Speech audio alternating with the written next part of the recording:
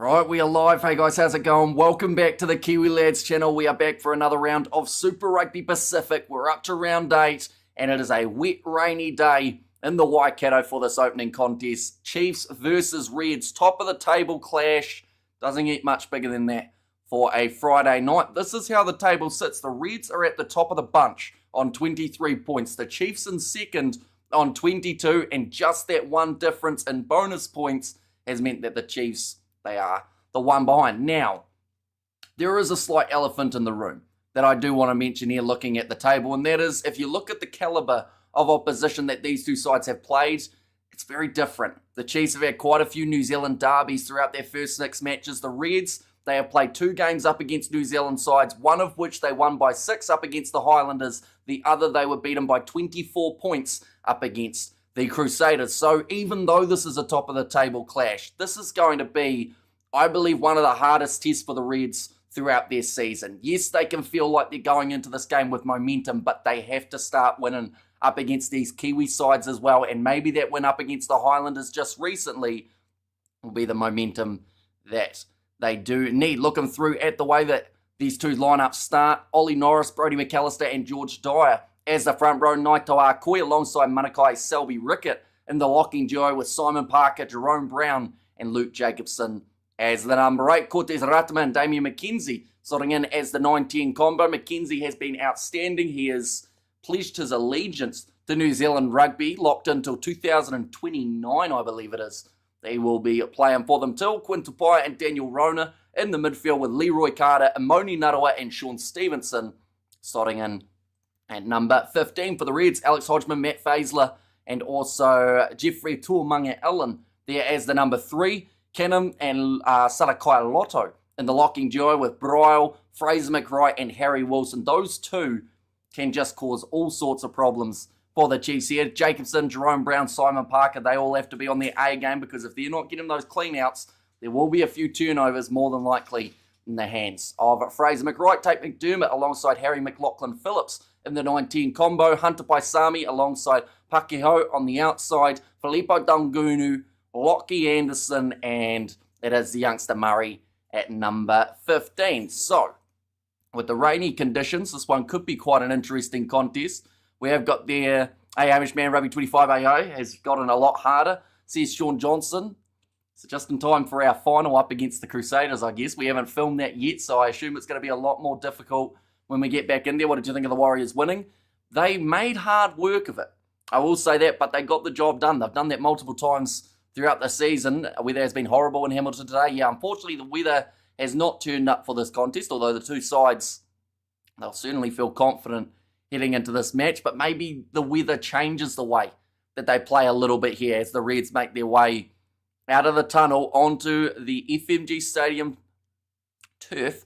Where are they playing? They are playing at FMG Stadium in the Waikato. Home game for the Chiefs in this contest. Hey, Robert, says Buttermeek, and hey, Olin Hamish, says Robert, welcome in. Let's hope Chiefs turn up not like Crusaders, says in a light. Chiefs turn up not like Crusaders. Although when the Crusaders played the Reds, they beat them by 24 points in the contest a few rounds ago. They are just showing the Chiefs all waiting for the players to make their way onto the field. Sean Stevenson just get to make his way on by himself. But looking through at the recent matches for these sides, ladies and gentlemen, Moana Pacifica beaten by the Chiefs 50 points to 35. That was in March on the 21st. Of course, Chiefs not playing last week. Same with the Blues, although those two sides did meet the week prior. 32 points to 31 in favour of the Chiefs. They lost to the Fijian draw. That is their lone loss of the season. And then beating the Brumbies 49 points to 34 in what was a high-scoring game at FMG Stadium as well for the Reds. They had a very busy March, playing 5 matches throughout it, beating the Force by a narrow margin, getting beaten badly by the Crusaders, but then going on to beat the Waratahs by 20 the weekend after. They beat the Highlanders in Dunedin, and then they were able to get another win over the Western Force. An identical scoreline to what we saw in that first match. So they started the month and ended the month with the exact same scoreline over the exact same team, just not the exact same scorers or try scorers. I've just seen Nick Berry, referee in charge of this one. I actually made a joke about that earlier on, just before the stream. I didn't realise he was actually the ref. Of course, ex-Reds player, Nick Berry, so See how that goes. I predict the game by matching or playing the match on Rugby 25. So the Chiefs won 25 points to 7. And ahoy, matey, says Judah. Welcome in. Good morning, Hamish, and everyone on this live chat, says Vaughan. And where are we playing, Emmy? Weather not good out there. So it is, in Hamilton for this contest. Crowd not massive, but you wouldn't expect it in this type of weather. More likely to get completely soaked if you go. And so, bro, says Spider Mech there. But now we are almost ready to go. Like they're saying, almost at the halfway point of the Super Rugby competition. Are there a lot of games this weekend? There are quite a few. There's the Sevens, there's a Champions Cup, there's a Challenge Cup, and there's, of course, also Super Rugby, which has now just got underway. Hunter Paisami hit hard right off the get-go of this contest. So there's going to be quite a bit of physicality. There's also a chance, honestly, I'll say it right now, of a yellow or a red card for someone accidentally slipping into a tackle. We've seen it many times in wet conditions, kick downfield from the Reds, but nicely taken by Sean Stevenson in his milestone game, moving up to the halfway line, pops it off to Amoni Nadawa on the short side. And bro, these matches are the past few years. Chiefs vs Red have been good, Hamish, says Sean. And yeah, it is a little bit of a shame that the rain will possibly affect it more than we would like, but it just means that both of these sides will be a little bit more strategic, a bit more maybe simplistic at times, making sure that they don't make mistakes. It looks like Jacobson was holding his head there, or at least maybe just protecting it in the breakdown, close to a turnover for the Reds, but the penalty does go the way of the Chiefs for player leaving his feet. I think that's Filippo Dungunu. Happy to see Australia's getting so much rain. Might prevent another situation with the Fires like a few years back. Says Judah. Sean Stevenson runs through the open gap. The Chiefs score the first try, says Sean. It looks like already the Chiefs have shown a little bit of extra aggression. They are going for the corner rather than going for the 3 points. Just shows the mentality straight off the get-go. It's going to be only about 10 metres out from the line here. Brodie McAllister, of course, ex-Crusaders man. Love a few rolling maul tries to his name today, and I feel like it's not completely unrealistic with the weather, the way that it is, but for the Chiefs to do so, they do need this one to move, and it is sitting completely stagnant at the moment. So Cortez Aratama has to use it away to the left-hand side, gets it off to Quinn Tupaia. Tackled hard by, it would have been Dre Pacquiao, is it? The name of the man on the 13. Don't forget 7 stars tomorrow, Arvo says Kiwi Rob. That is correct. Plenty more action of the 7s, although it is a shortened comp, which is a little bit of a shame. I'll be honest, I dislike when we've only got 3 teams per group. Much better off if they just added some more teams so that it was all kind of a little bit more impactful, you know. Just feels like a rushed comp rather than giving them maybe even an extra week and then having them play the next one. If it's to do with rest, that's a very good try. That shouldn't have come for Manakai, or in fact it's Jacobson. Pops up with the ball. He got almost tackled about 3 times there, bumped out of each of them by the Reds. They seemed like they had him confused or maybe controlled. And then he just scored. Right, let's watch this. Jacobson gets out of Fiesler. Then they tried to hold him up. Then he falls on his back. Then he tries to ground the ball, which I believe they've said he just got it down, and scores a try. At 27 degrees here in Christchurch at the moment, but Sticky says tonight, yeah, it's quite humid here at the moment too. And we have got, they don't underestimate the Reds. They're the team I picked up, see anyone. Says Spider-Man, but that kick has gone over for the Chiefs. And now after 3 minutes, they will be leading 7-0 up against this Reds side. But like you said, the Reds have got a really good ability of when they have a close game, going down to the wire, they can find wins. We've seen it multiple times. But yeah, definitely not the start that they would have liked. I think Josh Cannon was the one who let him slip through the fingertips a bit there. But now kicking this one off for the Reds. Sitting around 25 metres out, drop goal by Amoni Nuttall. A little bit of a miscommunication there. Manakai Selby Rickett got thrown up in the air and it went over his head straight into the breadbasket of Nuttall. Josh Canham driven backwards in the tackle by Simon Parker. Now Dungunu trying to get through Cortez Ratama. D-Mac is now 10. Why the hell did he re-sign with New Zealand Rugby till 2029? I mean, I don't think he's a terrible option, Mackenzie. And I know that that's one that often causes controversy, but at the end of the day, he's he's done something that another 10 option didn't, and that is stay in New Zealand to be eligible. You know, New Zealand Rugby have made it perfectly clear they're not planning on changing that eligibility rule. So anyone who went overseas, they've pretty much blown their chance. And maybe they get the opportunity a bit closer, but you can only pick the players who are available. Plummer's gone overseas now. Malunga's in Japan. You know, it's pretty much Mackenzie, Bowden, Barrett. Or maybe you go for a young guy. Pack weight's 910 kgs for the Chiefs, 901 of the Reds. What channel's the 7 on tomorrow? I'm not actually 100% sure. Maybe Sky Sport 3. I know that was where it found itself a lot of the times last week. And go Chiefs, 24 points to 22. And come on Chiefs, says Spider Mech. Their first defending that they will have to do throughout this contest, sitting around 25 metres out from their own line. Reds have got someone situated right out on the wing. I believe that is Lockie Anderson. Maybe a cross kick coming from Harry McLaughlin-Phillips. We've actually seen him use the boot quite a bit throughout this season. Yep, Anderson is waiting eagerly to get a chance at that ball. That's a big scrum, though, from the Chiefs. Ball pops out. I think Ratimer actually kicked that into the hands of the Reds. And there's a little knock on there, which causes open space for Quinn Tupai to run forward. Goes with a kick in behind. Looking for the 50-22. It will be hard to get one of these type of conditions. Singapore Day 1 live Saturday on Sky Sport. Oh, they've been demoted to 5. So I assume that is because of the Champions Cup, the Challenge Cup, and everything else that is also happening throughout this next little period. We don't need overseas players. We have players here at home, says Spider Mech. I mean, all you got to do is look through at these Super Rugby sides and know that there is more than enough capability for that jersey. Now getting ready to throw this one in. Brodie McAllister gets it to Selby Rickett. McKenzie looking to kick this one high. Leroy Carter chasing after this one, and nicely taken by Jeremiah Murray. Just outside of his 22. Chiefs showing physicality in that breakdown. Will pop out on the side of the Reds. And maybe Brett Cameron could be a possibility at 10. Is he injured? I think he is injured at the moment, or at least I believe he's on that Hurricanes injury list. They've actually got a list of about 8, I think it is at the moment, which is quite similar to a lot of the teams. Just running low on those starting stocks that they had near the kickoff of the season. Wallace Satiti, one for the Chiefs, who's going to be out for at least the rest of the Super Rugby season by the looks of it.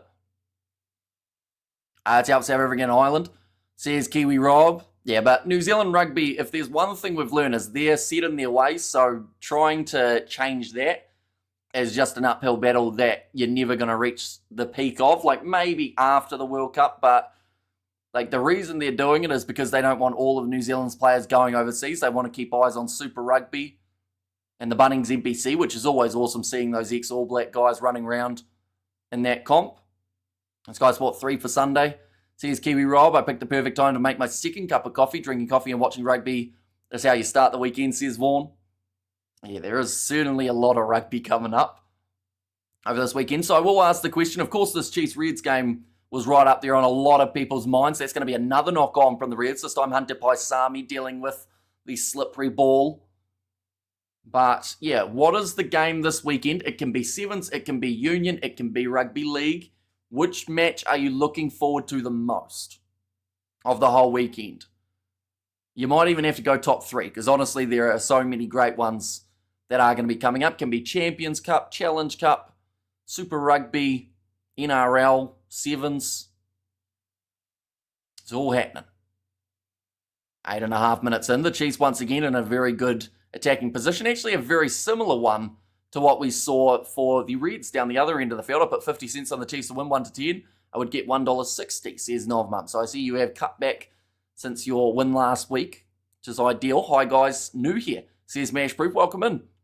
You're doing extremely well. Who do you think's going to win this game? Of course, do let me know.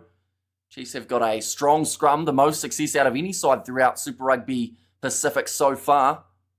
Quinn Tupai sitting 25 metres out from the line. Malakai Selby Rickett, that is another knock-on.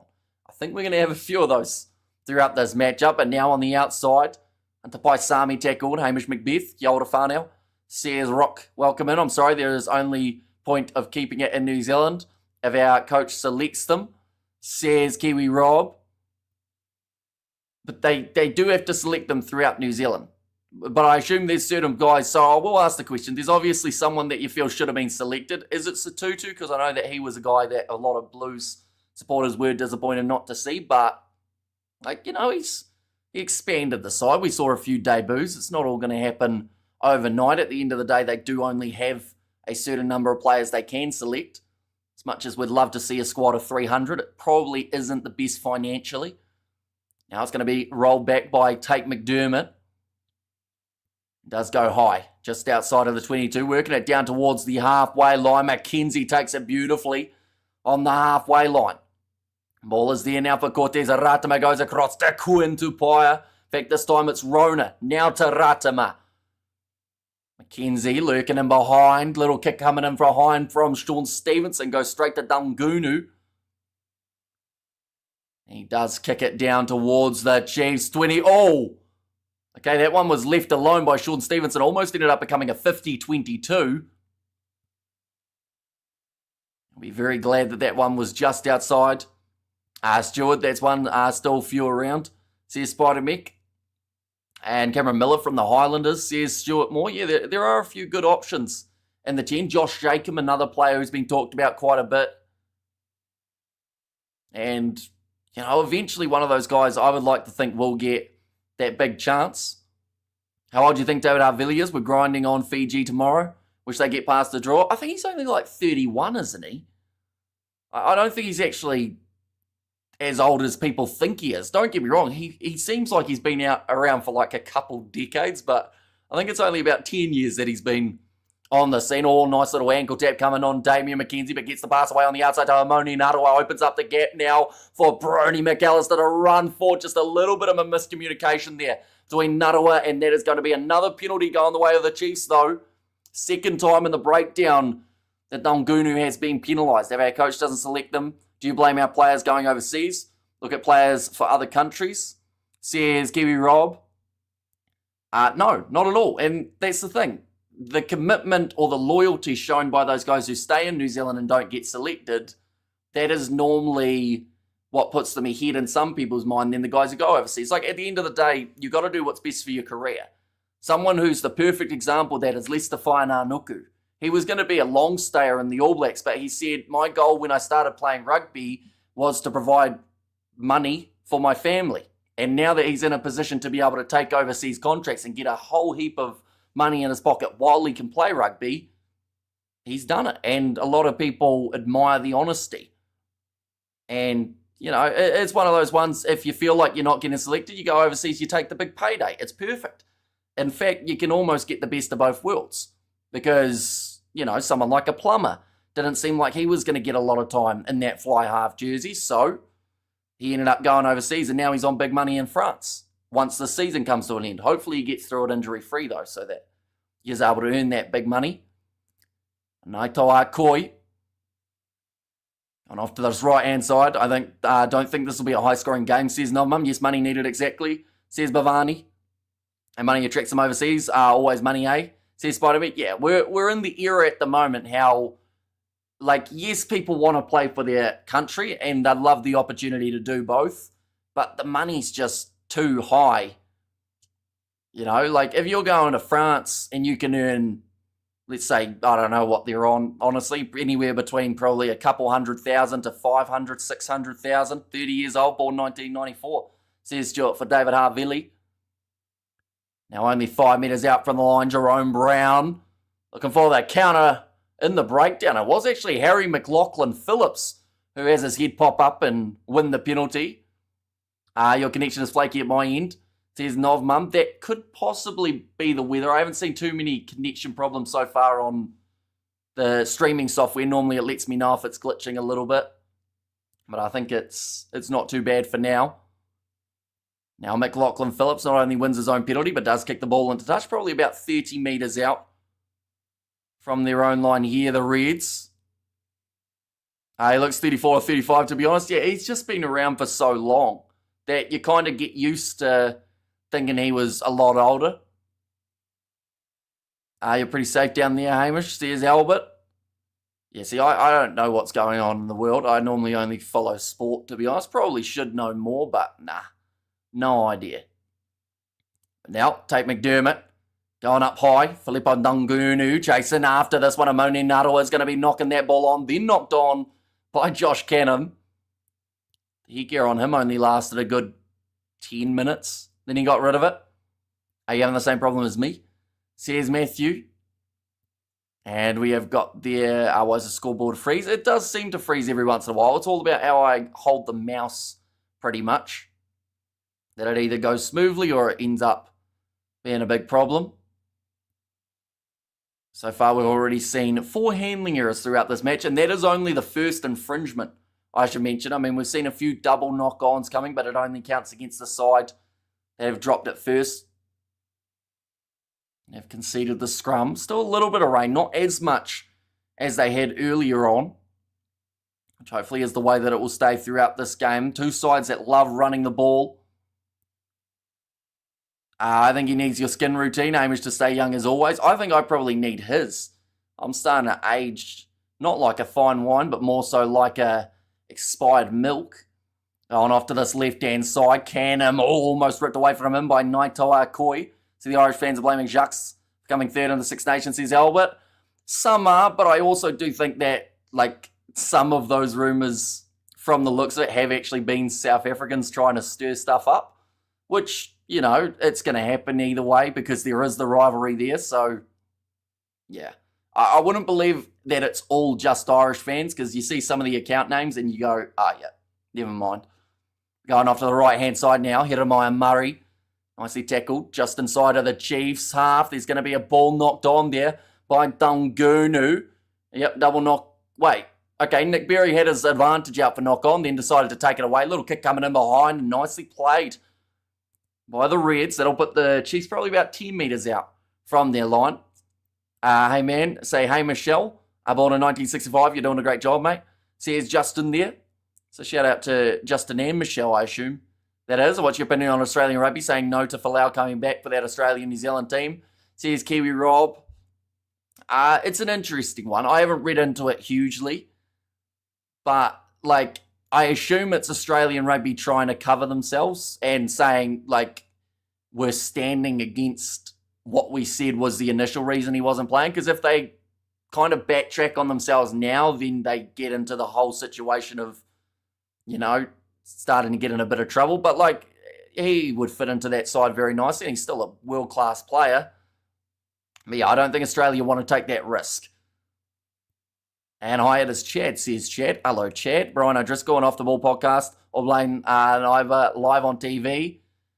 But they're not the only ones. Like, yes, you can take a couple Irish. It's like the situation of any team blaming the referee. Just because a couple say it doesn't mean the whole nation think it. Nor do they agree with the statements made. Good morning all, enjoy rugby, says Albert. Because it's quite the opposite for Leinster. A lot of people have praised the defence of that side, Irish included.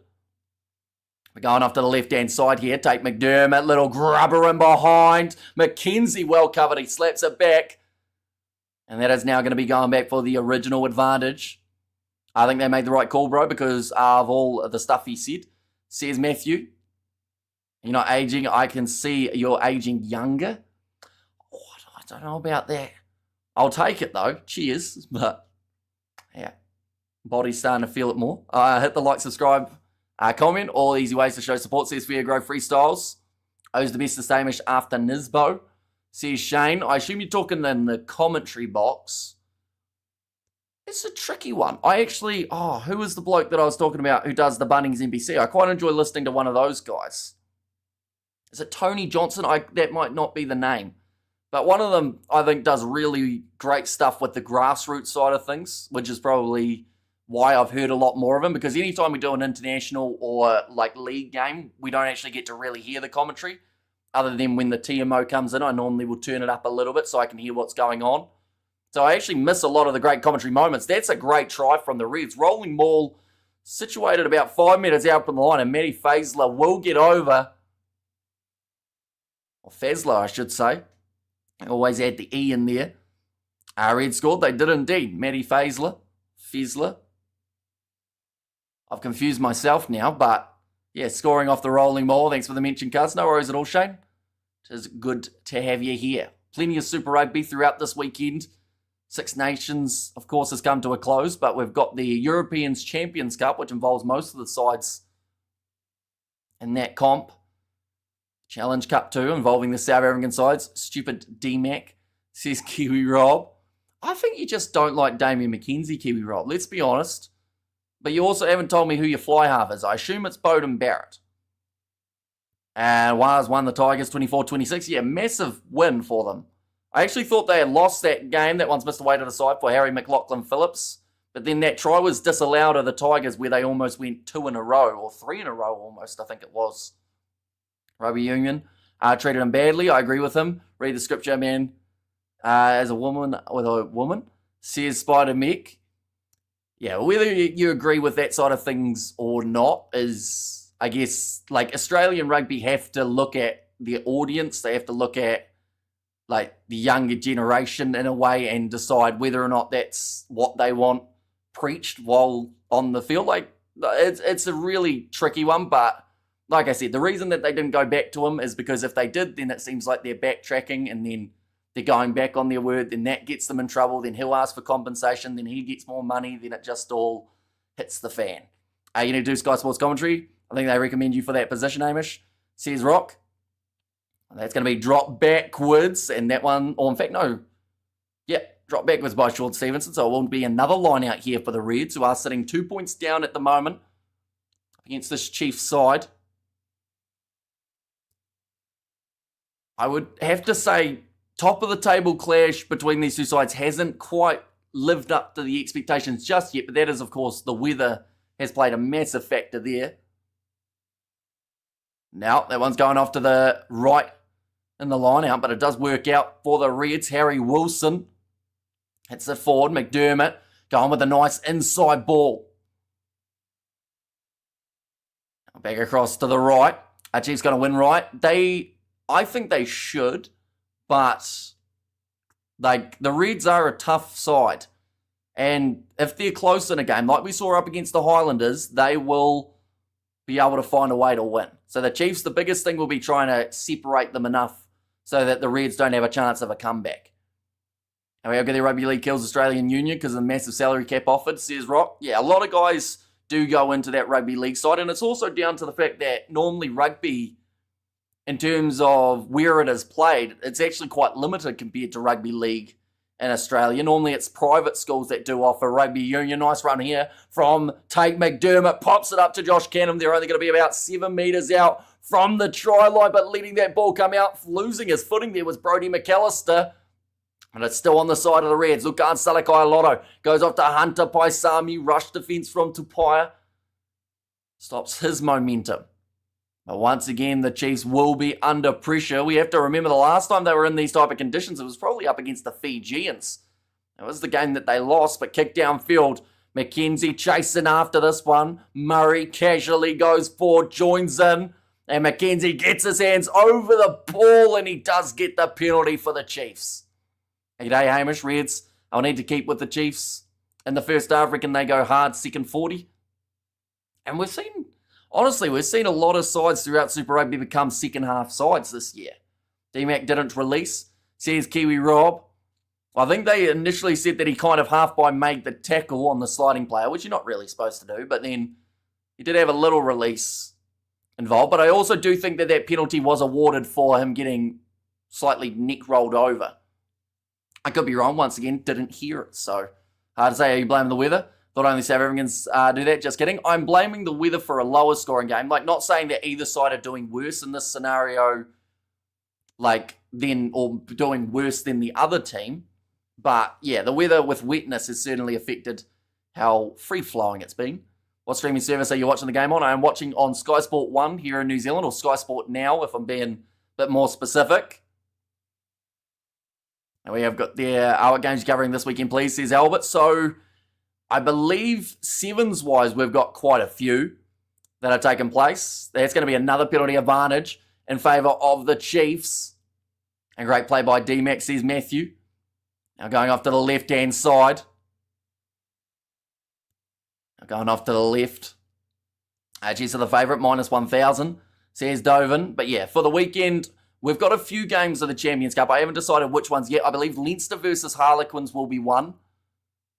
I'm not sure whether I've got any other Champions Cup ones. Challenge Cup, I am going to be doing Sharks versus Lyon.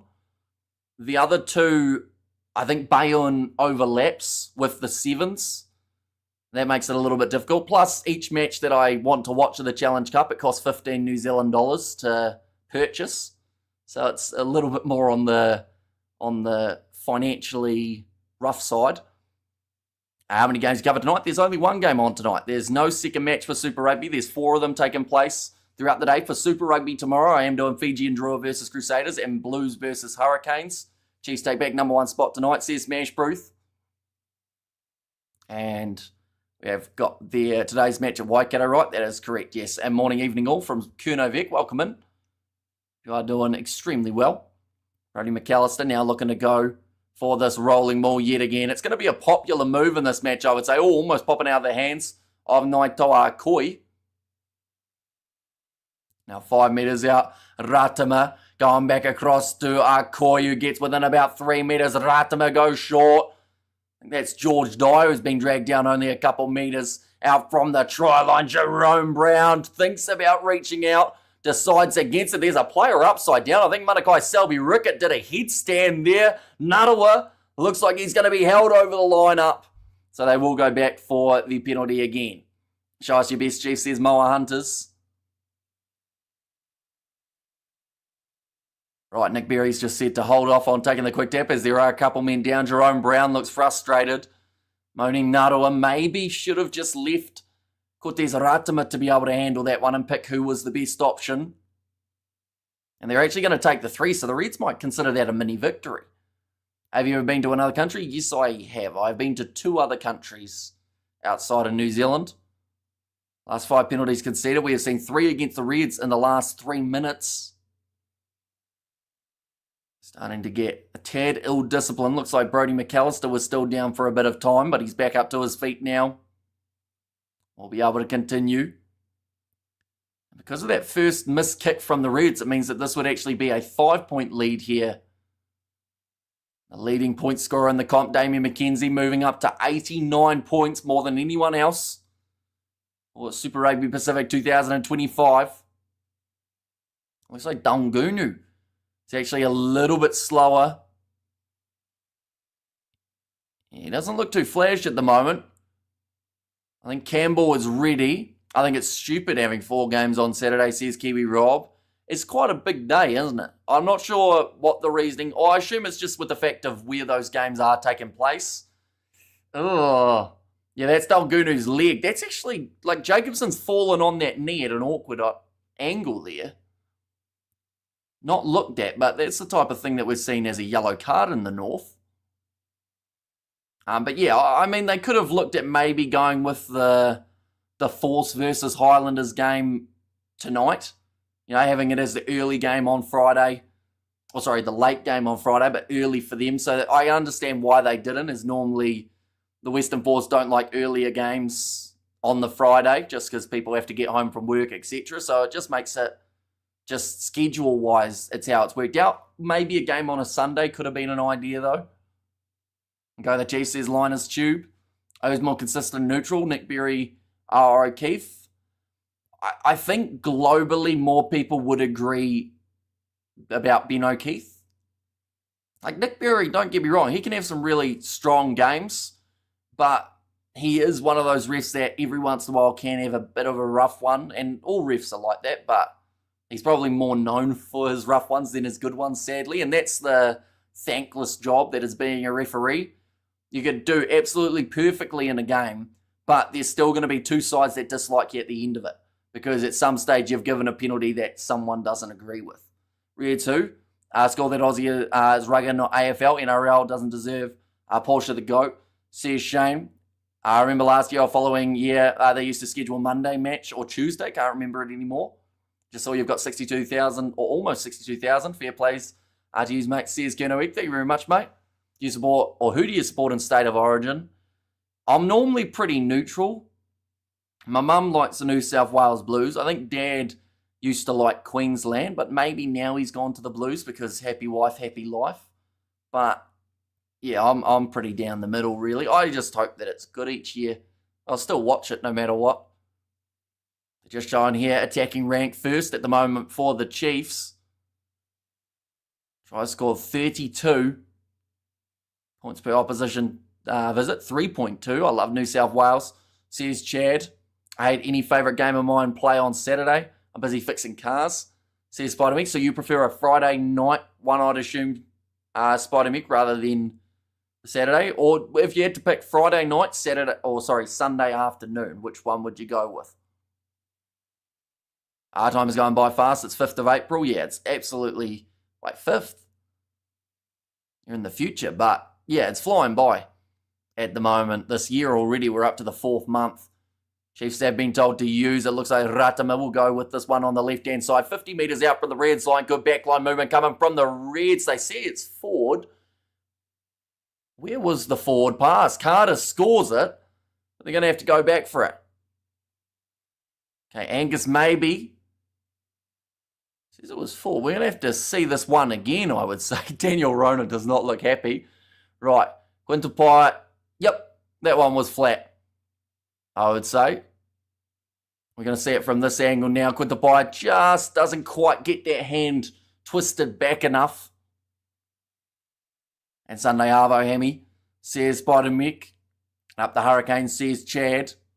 Sadly, next week, I should mention you will not get your wish, Spider. Unfortunately, in terms of the way that the matches are. I think I've got the schedule here. Just showing there 55% possession in favour of the Reds. Territory is 63% in favour of the Chiefs. And time in opposition 22. Chiefs have had almost triple the amount of time. Just out from the opposition. There we go. We've got this one here. These are the matches for next week that are taking place. 3 games on the Saturday, including Blues versus Moana Pacifica as the earlier kickoff. Highlanders versus Fiji and Roa. Oh, that's another loose ball. Looked like it was forward from the Reds, but there will be play on and it's kicked into touch. Reds versus Brumbies at 9:35 p.m. and then Hurricanes Crusaders on Friday night. That is the match, I believe, that started the season. I believe, yeah. Chiefs and Blues was the other one early on. We've already seen that one twice. We have there. Why the hell are we having a former Reds player referee this game? Says Kiwi Rob. He made a Super 12 debut for the Queensland Reds against the Hurricanes in 2005, says Kiwi Rob. But then just before you were saying that he got it wrong, giving Damien McKenzie the penalty. But that's against the Reds. So I'm a little bit confused, Kiwi Rob. Are you saying that one of McKenzie was okay? Or that maybe Nick Berry wasn't being biased in that case? And the Arrows are sitting 5-2 against the Chiefs. The rain is still falling.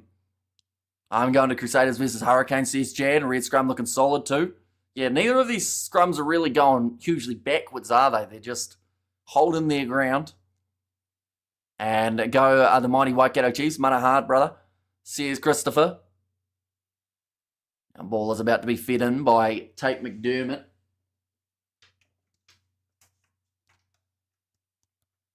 Seven minutes already remaining in this first half. It has been going very fast.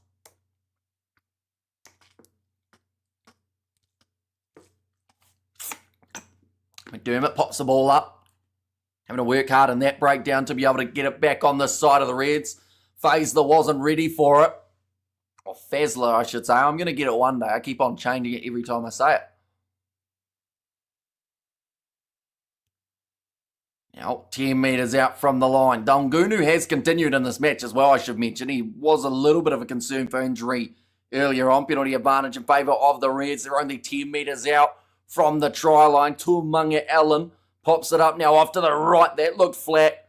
In fact, it was fought this time. They'll go back for another penalty. One no-arms tackle. That is against Ollie Norris. Doesn't look happy about it. Hamish, who was your favourite ref of all time? Mine is Nigel Owens. He's funny as. Says Matthew. Yeah, quite a few people, when it came to referees, he was kind of the first one that got a little bit of attention, if that makes sense, in terms of, because of his quick wit and his comments that he was making.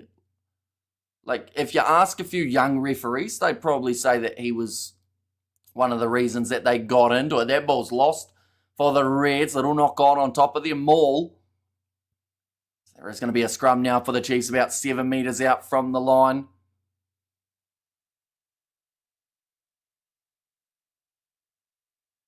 Yeah, well taken by Canham initially, and then it just pops off. I think it was the hand of Lucan Salakai Lotto. Maybe Mick Wright's hand. Someone's in that rolling maul. Now 5 minutes remaining in the half. The Chiefs are still leading 10 points to 5. That can all change in an instant. Looks like Ollie Norris also just getting a little bit of attention here. They're just saying there that it might have been the no-arms tackle from Norris that has caused his injury. I'm guessing he might be doing the first 2 New Zealand Sevens games. They are due in Super Rugby times. Says Kiwi Rob. Probably not then. I know that I'm doing New Zealand versus Fiji, but that's also taken place during Champions Cup and Challenge Cup times, but I'm going to be covering that one.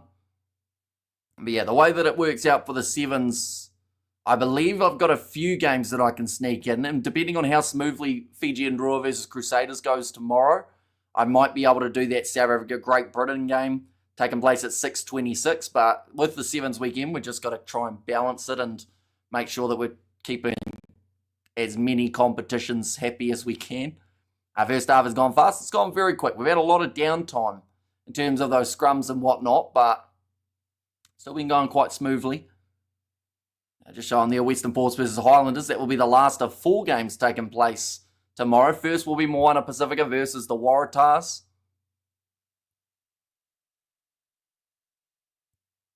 Now ball is about to be fed in. Rico to smash Colby at Eden Park as Proctor sets back line alight. Says Shane. Does anyone have Reds chance 13 plus to win? It'd be tough to do from here. Definitely because of the way that the score sits currently and also the weather. If it was dry, anything's possible, but I think in wet conditions it's always very hard to score a lot of back-to-back points. How you doing, mate? Been ages. Welcome back, Hensel. Has been a good while. I'm trying to think, six months or so, maybe? Somewhere around there. I could be completely getting it mixed up, but it has been a little while. And over or under total points, says Christian. No idea, if I'm being honest with you. It's wet, so there's always a chance for a lower scoring game, but these two sides also know how to score points in a second half. And Chiefs are winning the grind, says Keith.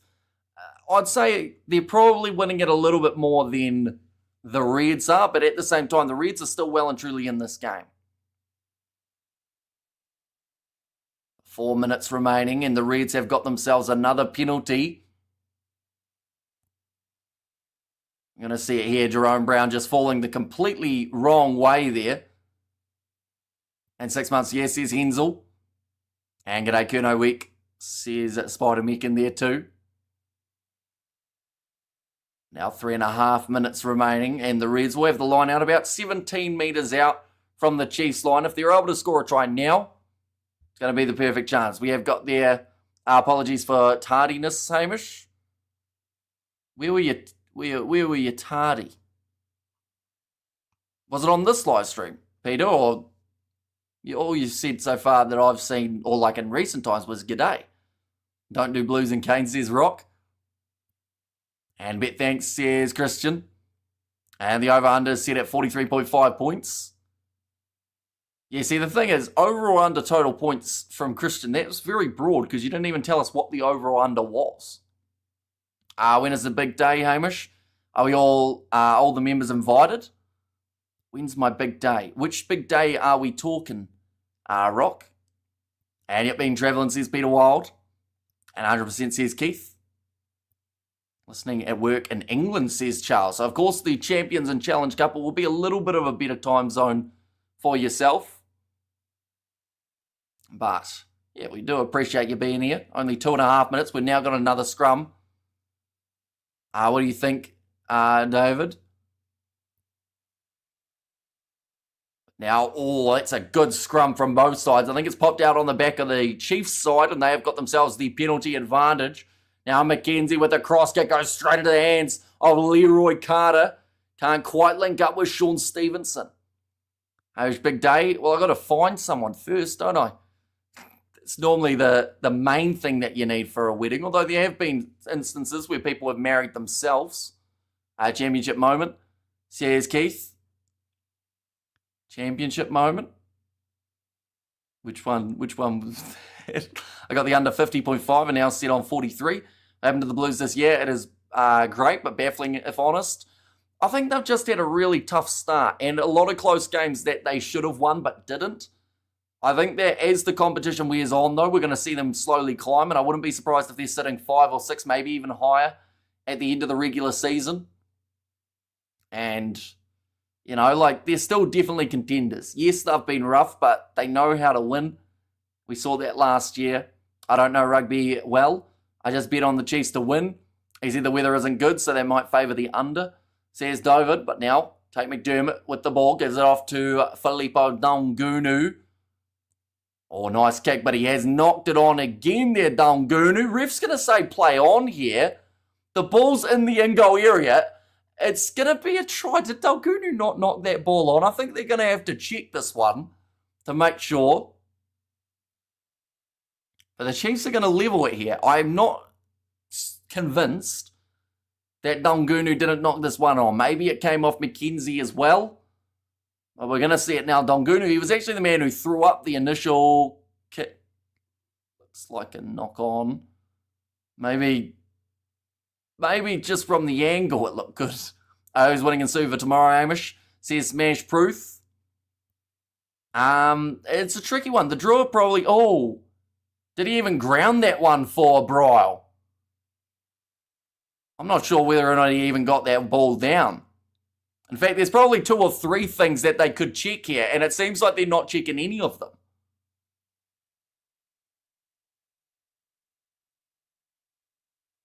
Right, nothing being checked in this case. The only angle that we saw of the chance of a knock-on was from far away.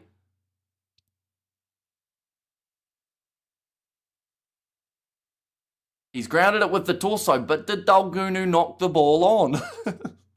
The crowd are not happy. And you missed that boo, that wasn't a try. Says Kiwi Rob. A bit boring to watch 2 teams have the same power. Scoreboard seems stuck, says Spider Mick. And the kick from McLaughlin. Phillips missed the way to the side. So that'll make the score 10-10 going into the second half. Draw for the win, says Peter. It was a knock on Y10 all, says Spider Mick, because they never really checked it.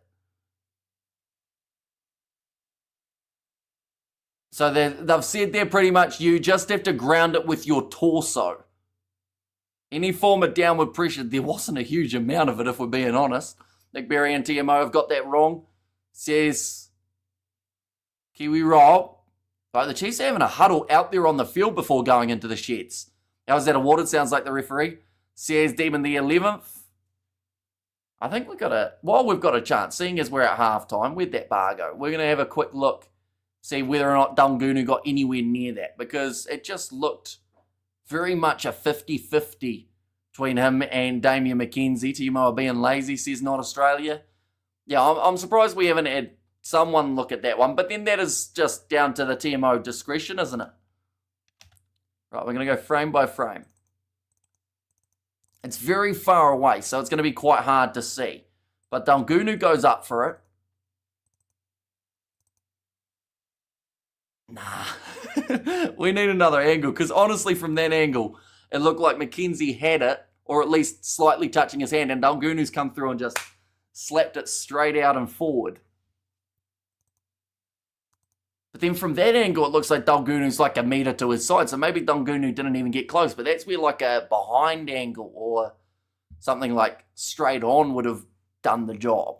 Not surprised, as with a former Reds player as referee, says Kiwi Rob. It's going to be half-time now in this contest. An interesting first half, ladies and gents. 10-10 at the moment, the way that it does sit. Ref is an ex-Reds player. He is indeed Nick Berry. But looking at what is to come for these 2 sides as well.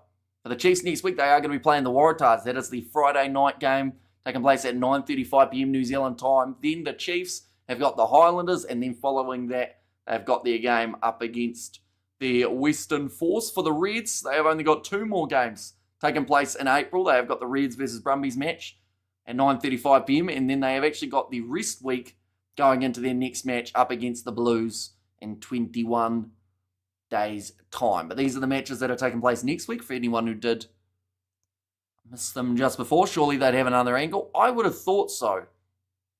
But, yeah, no other angle for that one. You have to be in control of the ball, says Keith. Yeah, so they were trying to say that for the grounding side of things, all you need is some sort of downwards pressure with your torso or anything for it to be a try. But, yeah, it didn't look completely in control for the Reds player. But then also, like, that, if it was a knock-on, which I'm not saying it is, I'm not saying it's not, but if it was a knock-on, then the grounding wouldn't have mattered anyway. But because we didn't check the knock-on situation, or at least show an angle telling us that we've seen it, then it makes it very uncertain. Why were the Chiefs such a hot favourite to win this game, Hamish, says Albert? Because they are at home. Another reason, like, it's going to be an interesting one, and because the Reds are right in this contest, I have to be careful what I say here, because it might come to backfire in 40 minutes' time. But if you look at the calibre of opposition that the Chiefs have beaten compared to the calibre that the Reds have, it makes more sense why they were coming in as favourites. The Reds have played 6 games. They've won 5. The one that they lost was up against the Crusaders. They lost it by 24 points. The game that they have won up against the New Zealand side was up against the Highlanders, who a couple other Australian sides have also beaten. They beat them by 6. And then the rest of their games, they played the Western Force twice, beat them by 4 both times. They beat Moana Pacifica before Moana Pacifica found their rhythm. And then they beat the Brumbies in what was a really strong game. They beat the Waratahs in what was a really strong game for the Reds. So, yeah, it's a bit of an interesting one. The Chiefs have had 2 victories over the Blues, I believe. I think. I've beaten the Blues twice so far this season. They beat the Brumbies. We've got it here. They lost to the Fijian draw. That is their only loss. They beat Moana Pacifica by around that same margin, a little bit less, in fact, than the Reds beat them by. Ref, too desperate to rest, says not Australia. Rugby is a game played in heaven. Says fair grow freestyles, I should say.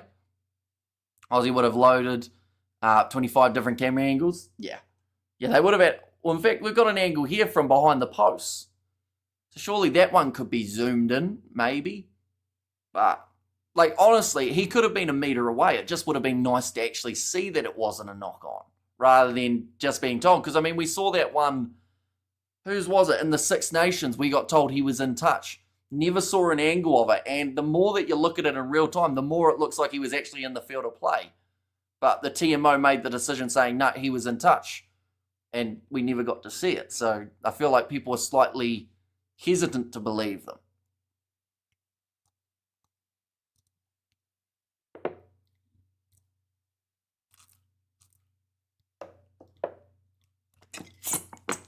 The more I look at that one, the more I think Dalgunu was at least close to it. Geez, 1-5 to win, very odd, says Albert. So as in like, wait, so you're saying, sorry, 1-5 confuses me. That's $1.20 per dollar that you put on, isn't it? I believe.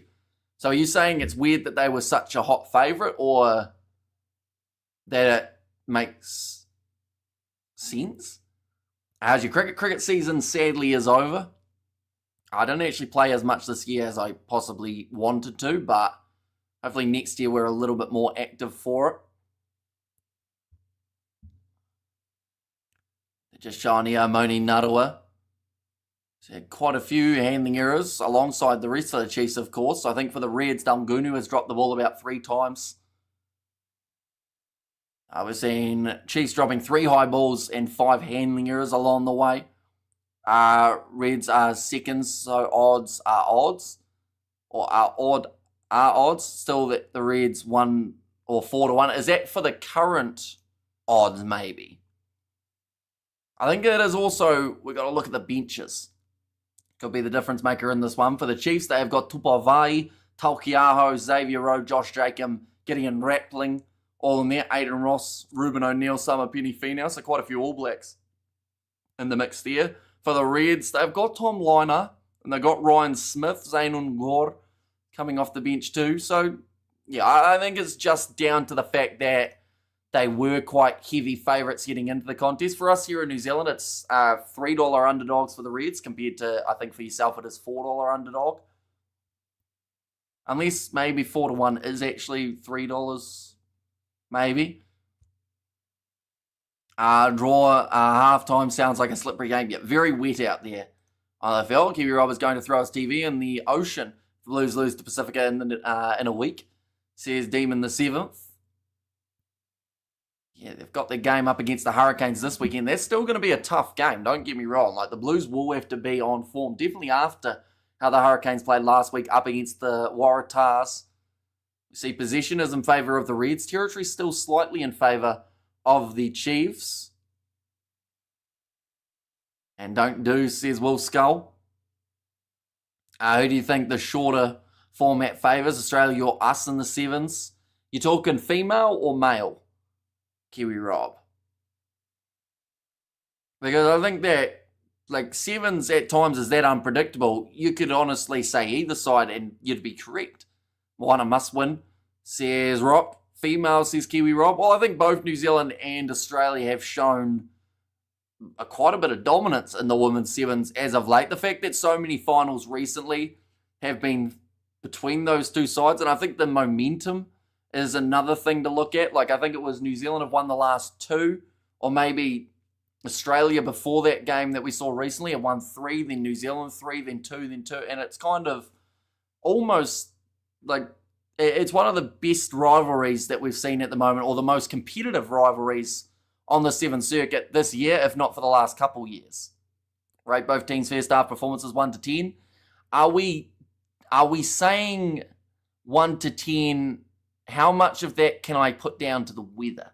Because I do think that if you say weather aside, both of these sides would be 2 or 3 points higher. But I would honestly say Chiefs first half, probably a 4.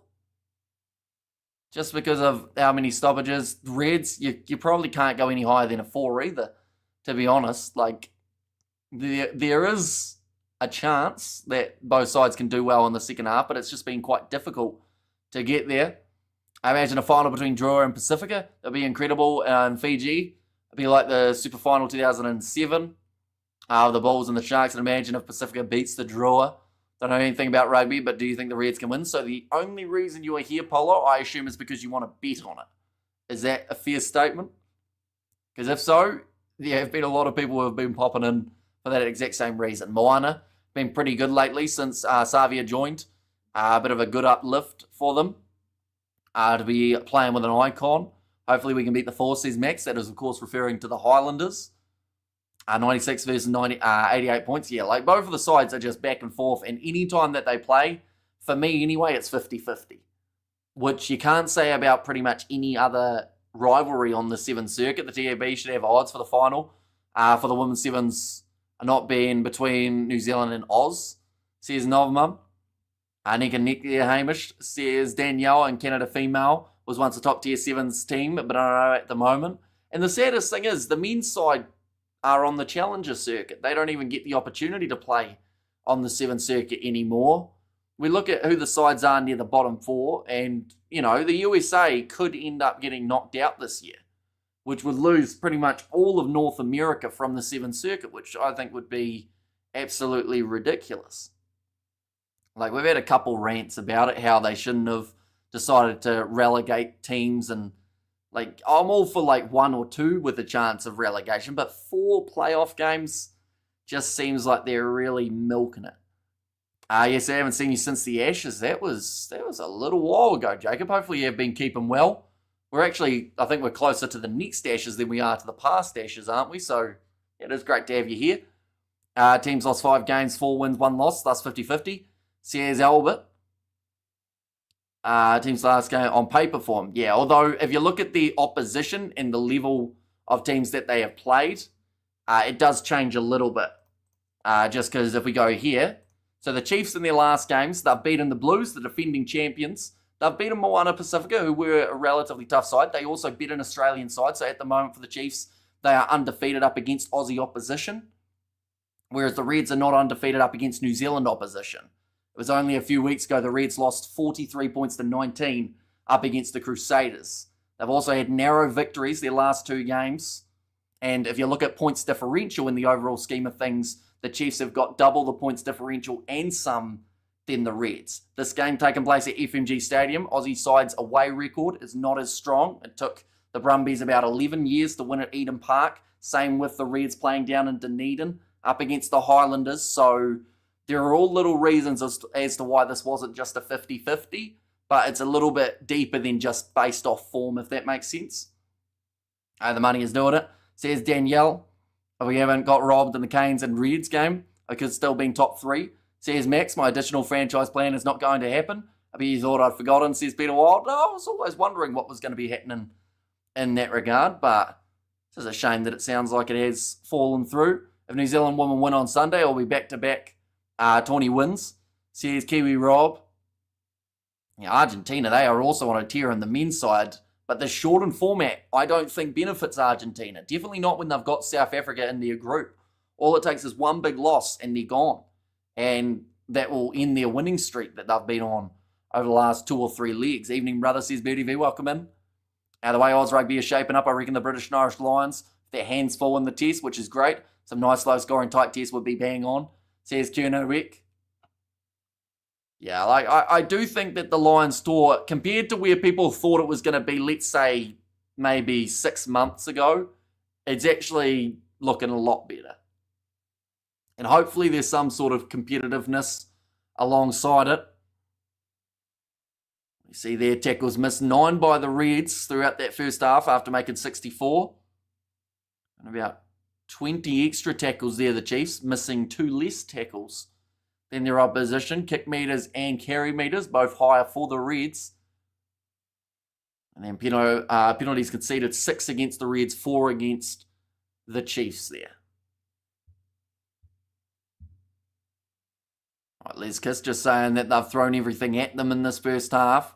Chiefs have had the 1 try. That was Luke Jacobson. We actually saw a try in the 3rd minute and the 40th minute. So they've been pretty much complete opposites in terms of when they have been scored. D-Mac isn't really a carrying threat at 10. It's wasted their finest goal kicker in the country. Sorry, Carter, go back. Says Shane. Yeah, although I don't think we've seen the best of either running 10s in this case. Like, I mean, you look at Harry McLaughlin-Phillips. The biggest moment that man has had in this game was a turnover in the breakdown. So, like, yeah, it's just when it's absolutely pouring down, it's always tough. But, I mean, McKenzie, when you look at his fantasy numbers, like he's been in the top, or he's been in the team every single week, I believe, with the exception of last week when he didn't play, as the highest point-scoring fly half. Not so much points in the game, but points outside of it for the things that he's done. But yeah, not an easy day. Amoni Narawa, that looked like he knocked that ball on, but referee says it went backwards.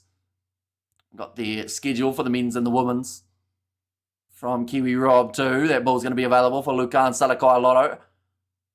Oh, and that's going to be an offside position from George Dye. He thought that he had pulled out of it, but referee was still keeping an eye on him. Now Canham. It's across to Hunter Paisami. Slightly going backwards at the moment, the Reds, but it won't take much. One big phase to put them back in the right direction. Harry Wilson now bumping into Jerome Brown. Back across to the right-hand side, popping the ball up through the gap for McLaughlin. Phillips tries to get the pass away, and it almost runs into touch. Gunu has lost the ball to McKenzie. That was a forward pass from McKenzie, wasn't it? Does that all play on? Referee says yes. So now we know why that one wasn't ruled out as a try in the first half. That was clearly passed forward by McKenzie. Oh, now we're going to the TMO. So it is there at the game. How's Tim Ryan? Tim Ryan not in the side for the Reds today. Right, direct shot to the head we're hearing here.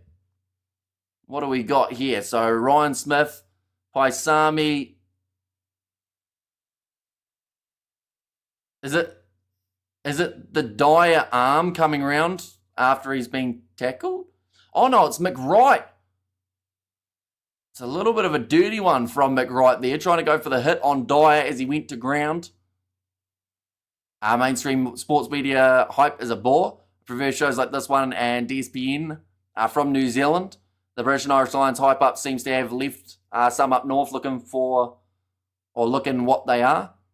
Irish drop in form has nailed them. And hi Hamish, good afternoon, says Daniel. Welcome in. They are just checking this one again.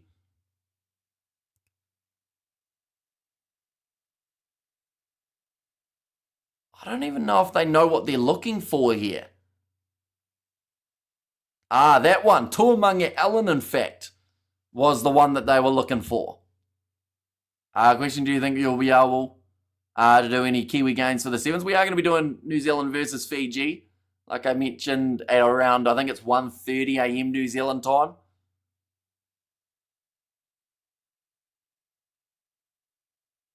All right, so Tuamunga Allen's gone into the breakdown and hit Jacobson in the head. Justin Marshall said, no harm's been done, get on with it. I think we're going to look at this for another minute or so, though. This is the wrong breakdown again, isn't it? Oh, no, now we finally get to it. I've just said Tuamunga Allen, should he have done it? Absolutely not. But they're still looking at it. I think it's a crunch on the head of Jacobson, which shouldn't happen. It might be a yellow card, but I'd like to think that we're going to get through it soon. Right, Nick Berry's on screen now. The Lion series is going to be a closer one than people think. Okay. Tate McDermott just asked Nick Berry, did you actually watch that full speed? To which Nick Berry was quite surprised by the question, but Tuamunga Allen will go to the bin for 10 minutes. Who do you think wins? I mean, that one for the Reds could be absolutely crucial. For the next 10 minutes, they cannot concede, or else they'll be in a bit of trouble. And come on, guys, hit the like button and subscribe, says Spider-Mech. All right, Damien McKenzie, he will be able to kick this one for touch. We're getting back into the rhythm now, ladies and gents. After the TMO looked at that one for 3 minutes, I think the players in the background were just trying to stay warm, stay loose after a halftime break. And to come on, the Chiefs, says Matthew there. Looks like a little bit of confusion on the face of Jeffrey Tuamunga Allen.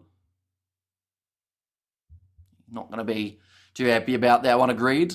I'm an old Irish supporter, but a realist. Mr. Farrell's team picks will be reappraised. He too is a realist, brutally so.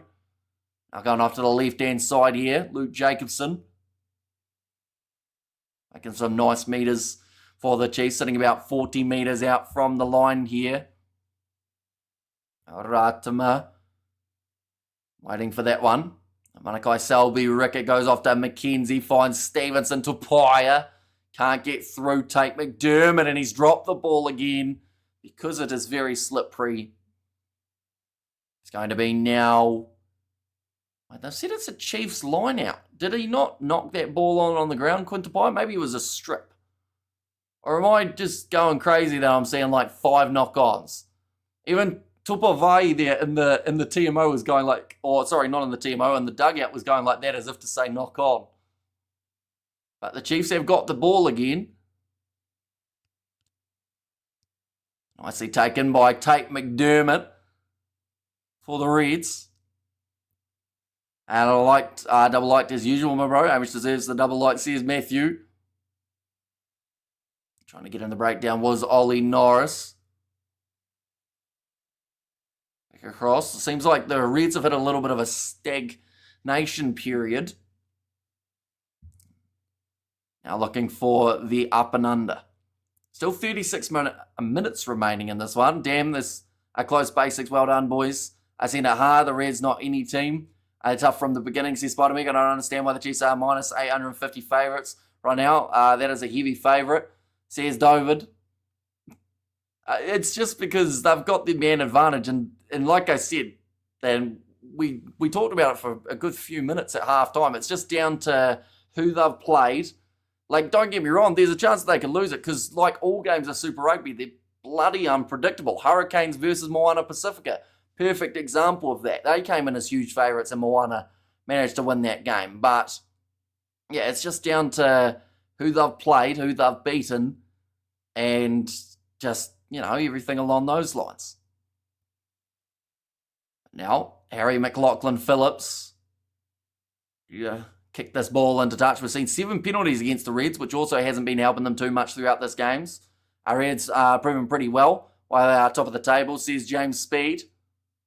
Jeffrey Tormungalani is patiently waiting for his chance to make his way back out onto the park. Still another 6.5 minutes remaining. I don't mean Crusaders versus Pacifica. I do not know. The Moana Pacifica game versus Hurricanes, we saw Moana win. And that was the one where they were considered huge underdogs. And in fact, you could actually reference that Crusaders Moana game as well. Like, that's how good Moana have been at times this year. The fact that they've got to win over the Crusaders and the Hurricanes. But yeah, perfect example would be that Crusaders one too. Like last weekend now, Moana beat Crusaders, exactly right. Like, underdogs win in Super Rugby every once in a while. And yes, like sometimes you'll see the favourites. That's going to be another knock on. Who by? Referee says the Chiefs. McAllister looks utterly confused. Looks like Daniel Rona might have some sort of right leg injury at the moment. Yeah, just knocked on initially by McAllister, then by Paisami. In fact, no, sorry, it was Rona who got forward first.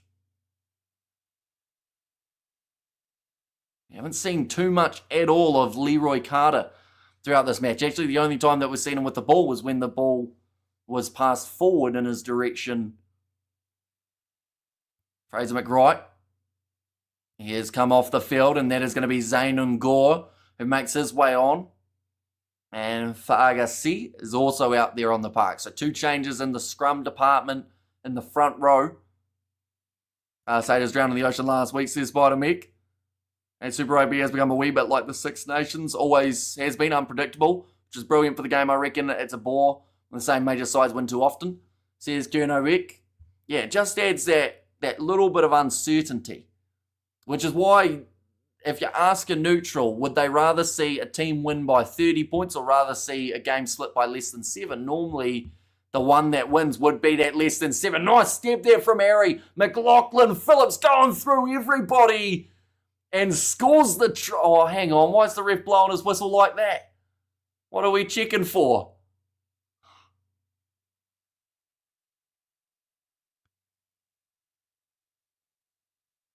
I'm happy he slid in and grounded it, said the assistant referee. What are they checking? Checking the grounding. So he did all the hard work. If he ends up making the mistake and dropping the ball when he tries to ground it, he doesn't look overly... Oh, he just made a face. He just went as if to say, maybe I didn't get that one for McLaughlin-Phillips. And he's just sworn. I think he knows that he might have butchered this. He was short of the line initially, and then he's lost the ball. Or did he? Does he have control when he reaches the line, though? There's no denying that he lost control maybe after he was over the line. They might say his elbow's still just narrowly controlling that ball. Oh, it's close. So we're about to find out, ladies and gents, whether or not this one's going to be in the benefit of the attacking player.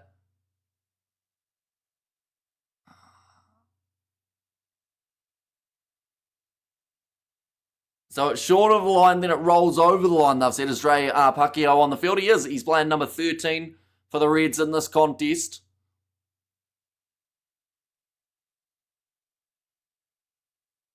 Okay, they've said that the ball was rolling forward. That is a brutal one. If this isn't a try, then the first half shouldn't have been a try, says Kiwi Rob. Right, so it's going to be no try for Harry McLaughlin-Phillips. That was an absolutely sensational run from the number 10. And I think that the Chiefs are very happy with that. Because without that happening, that would have been maybe about 2 or 3 missed tackles in a row. I swear we better not lose tomorrow. What are the odds of Aussie teams playing in the final in 2025? I am not actually too sure, to be honest. I do think we'll see at least one Aussie team in that top 4. Get up, Chiefs. Wellington Super. But now it's going to be the scrum feed, only 5 metres out from their own line. Yeah, oh, amazing, thank you. Says moving. He actually had a little bit of a fan club in the stands as well. I just saw they had You Can't Spell Reds Without Dre, so got a bit of support behind them in Waikato.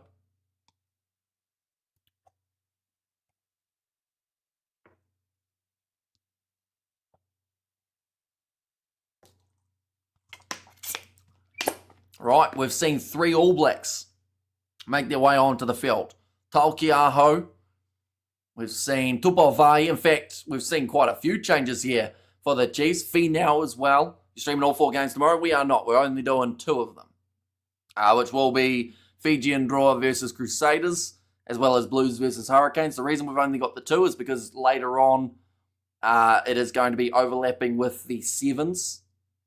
And Tuamunga Allen, his is going to remain as a yellow card. Thank goodness few can breathe against these Moa Hunters. I think the ref know I'm talking about them being Reds. Says Spider-Mick. And let's go the Reds, says Polo. And there too. 31 minutes remaining. The second half has taken a very long time, ladies and gents. We've already had a few stoppages where we've looked at TMOs, but the penalty now goes the way of the Reds. At scrum time, that is a massive one to win for Seth Fargasi. And now they've got the chance to take the lead by the 3 points. Are they going to take on the posts?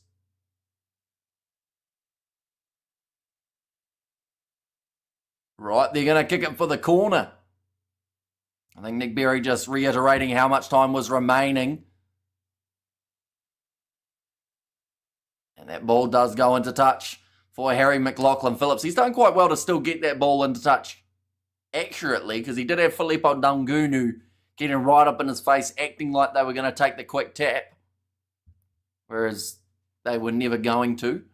Guy for Dutch says Kiwi Rob. But yeah, this is going to be a big moment in the game. Are the Reds going to be able to make the most of this opportunity? Looks like a rolling maul is going to be well set. Now, we have to remember that is actually how they managed to score their first try of the contest. And if they're not careful here, the Chiefs, this will be exactly how the Reds score their second. Dyer's gone through the middle, though, and he's managed to get his hands on the ball. Chiefs have managed to shut it down. They're being told to use it once. That ball is going absolutely nowhere, and the Chiefs now have another 5-metre scrum.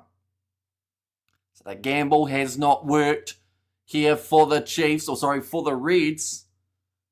And come on, the Reds, says SS2, and Highlanders all the force, says Max. It's going to be an interesting game. The Highlanders, of course, haven't had the best run away from home at times. There's nothing between these teams, says Novmum. And come on, the Reds, says Mathis. Yeah, really nicely controlled there by the Chiefs. 19 winning in the side, so that would have been Tupavai that you are talking about.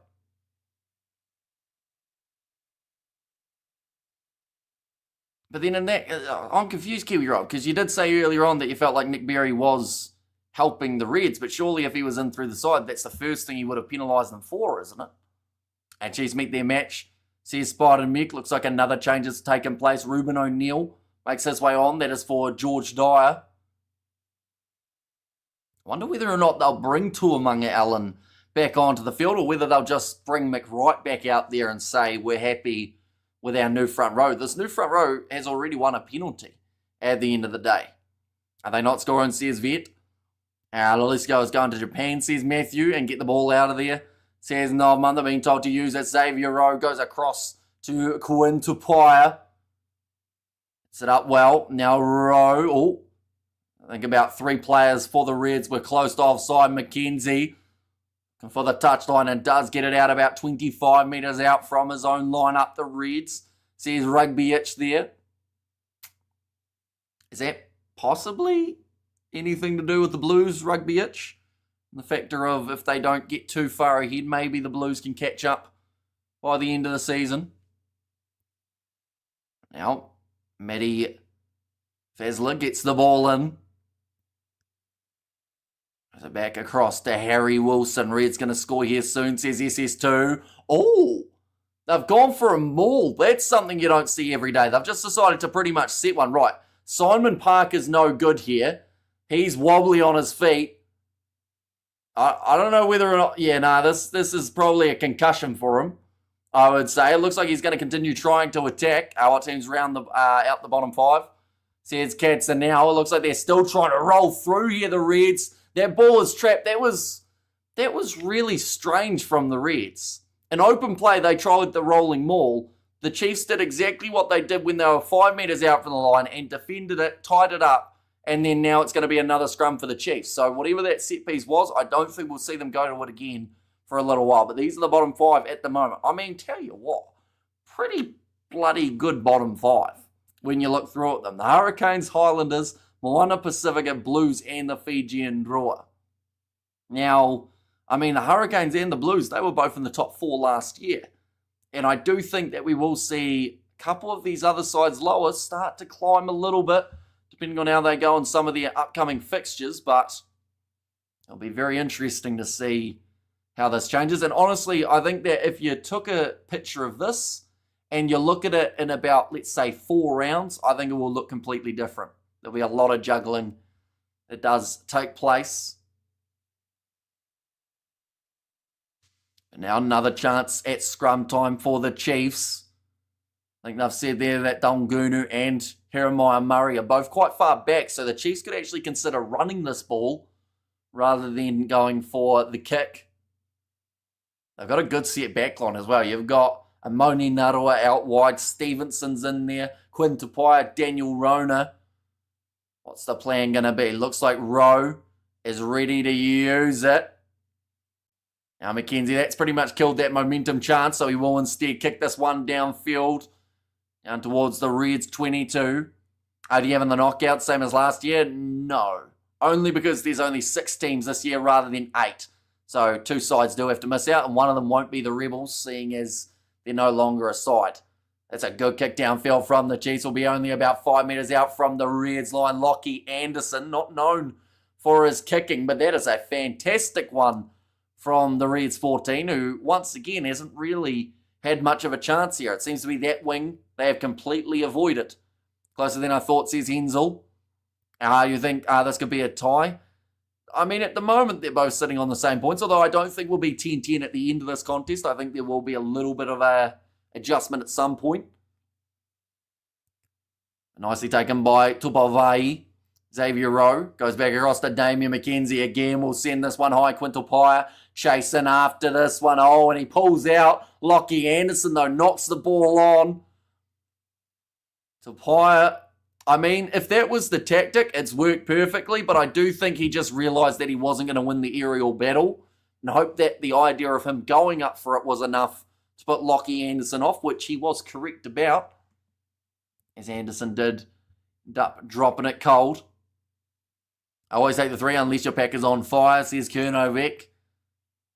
See, but that's the thing, like they did end up winning the scrum penalty earlier on, which is why I was a little bit surprised that they wouldn't go to the scrum, but I guess it would be 7 on 8, so yeah, a bit of a risk, but they were literally middle of the field, easiest 3 points they could have gotten for the match, and they did decide against the Chiefs or the Reds. Says Ange, it's a pick'em game at the moment. It's getting closer to the final moments. I do think that I want to say whoever scores actually has potential of scoring again pretty much straight after. So that is the prediction. But now going, McKenzie having a bit of a fumble. Quintapai does drop the ball though when he gets hit. Leroy Carter driven backwards. That doesn't happen too often. He won't be too happy about it. He's got to be fair, he's got a big smile on his face, but he will be stewing on the inside that he got sat down there. There's a 1 moment game for the taking, says Keith. Yeah, pretty much whoever cements this last 25 minutes. Yeah, Leroy Carter just falls backwards. Big smile on his face as it happened. Lucas Salakai, a smile on his face too. I think both of them having an enjoyable moment. 10, it is a draw, says Wendy. It is currently, yes. Still another 25 minutes remaining. How's Rugby 25? Is it better now? It is once again getting better, but it's still a wee way off. So we'll have to wait and see what happens. One little trip up. Will be a score, says Danielle. Barry just once again reiterating what he wants from the two scrums. Fraser McWright, he is now back out there on the field. That is due to the yellow card coming to a close. I'll flip the coin. Tails, Reds, heads, Chiefs. Call heads, damn tail. Reds going to win, guys. Right, you'll flip the coin. Tails is Reds, heads is Chiefs. Tell you what, we'll get a coin out and we'll do the same, Spider Mech. We'll see whether or not we're consistent. I got heads, so that means that the Chiefs will win with my coin. But we'll see what happens. 50-50. Next drive wins, says Chris Shiv.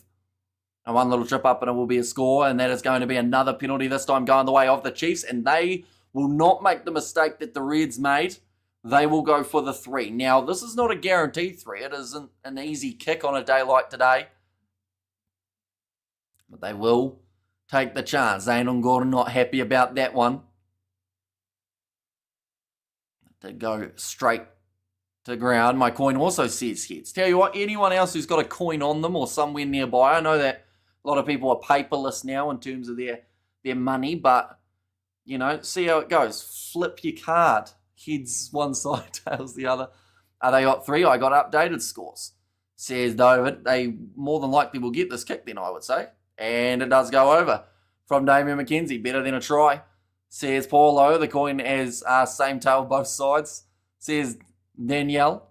And good on you, Hamish. Yes, the Chiefs will win. Says Moa Hunters. The season is so unpredictable. Exactly right. And that's what's made Super Rugby so exciting this year. The fact that no one knows who's going to win the games. And just when you think you're starting to work it out, an upset comes along and completely changes it. Anything is possible with Chiefs number 10. Says Chris Shiv. Must be the tails, because the coin always falls on tails. Says Smash Proof. So you're going off the old saying, tails never fails, I believe, is what you're working off there. 16-24 to the Reds. 2 minutes left. Chiefs will score another try to make it 23-24. It's going to be knocked back onto the side of the Chiefs. Damien McKenzie waiting for the bounce of the ball. It wasn't favourable, but does clean it up and now booting it downfield towards the touch line. Now, Jeremiah Murray takes it 22 metres out from his line. Kicking back into the Chiefs 22, Amoni Nutaway. He hasn't had the best day with the ball in hand in terms of the amount of times he has dropped it. Stevenson kicks it in a touch, about 40 metres out now from the line. Let's go to the Reds. Good afternoon, Hamish, says Blues Note. Welcome in, mate. And come on, the Reds. Oh, that rain's just got heavier. So it looks like it's not going to be the smoothest game in terms of weather, but hopefully the games tomorrow have slightly better conditions. Plus, you have to just learn how to play to each of them. If the Chiefs were to lose this game, though, it's their 2 heavily rainy games that they've lost. Like, location aside. So that is something that, I mean, whoever plays them in the final will definitely be hoping for if they do make it that far. Just hoping that the rain is absolutely bucketing. Dungunu nicely taken inside of his 22. He will kick it downfield, but it doesn't. Managed to find touch. Josh Jacob, who has just made his way onto the field looking for the 50-22, and he gets it. Instant impact for that man. Different conditions, or difficult conditions, exactly right. And first touch of the ball, though, for Josh Jacob gets the 50-22 and puts the Chiefs right in a position that they want to be. Jacob with the skills, says Studs Rays. And what a 50-22, says SS. Yeah, talk about making an impact as soon as you make your way on. Crowd, we're loving it. And we're the weird all over. Says Albert, and buckets of rain, says Danielle. Sunny in Fiji and Auckland tomorrow. Oh, so we might get a little bit of running game for both of those contests. Jacob in the ABs. He was a bolter that possibly could have got the chance, but in the end, I think he made it into the All Blacks XV, which is still a massive credit to the man, and hopefully that is the feeding into the ABs as well, like they had last year. Sean Swat with D-Mac to slice from the back. Your prediction at full time? I did say whoever scores next, I believe, will score twice. Now, you could say that the Chiefs scored with their 3, but I was more so meaning tries. So we'll have to see whether or not that is correct. The knees are down, but the Chiefs only 5 metres out for the line now, though. Tolkiaho. Xavier Rowe goes off to Samapini Fee now. This is where the Chiefs can really secure a good lead. If they're able to score now, it puts them outside of that 7-point window. Oh, Tolkiaho, though, knocks the ball on. And the Reds again will have the scrum. Every 3-pointer will be the difference in the rain, and go Chiefs get that try. I used to love playing in the rain. It was fun, says Matthew. And kia ora, says Danielle. And morning / evening, mate, says Fletcher. Welcome in. Hope you're doing extremely well. Hope you're excited for the Champions and Challenge Cup matches this weekend. Oh. Okay, so the turnover was already happening, I should say, in the time when Cannon went in and slapped it back. Commentator's curse, says Keith. And wah, says Demon. 20 minutes remaining. We are into the last quarter of this contest. The Reds right on their own goal line with the scrum, so I wouldn't be surprised if the next move is to just kick this one downfield. But it also wouldn't surprise me if they decide they wanted to try and run it out a little bit. They've got Dalmgunu in that back line. Hunter Paisami. Reds for the win, says Polo. Now ball's going to be fed in. Big push from both sides. Bounces off the back for Harry Wilson. And to the Chiefs' credit, I don't know whether it's necessarily all them or maybe the tactics of the Reds, but we've hardly seen that man. And when he's a pivotal part of that Reds side, normally they are winning. So the fact that we've hardly seen him or Fraser McWright tells you that not only is it a more kicking-orientated game, but also we haven't had enough phases back-to-back for those two guys to really find their stride. Now Samasoni Tolkiaho. Another line-out chance. They've been competitive all throughout this contest for both sides.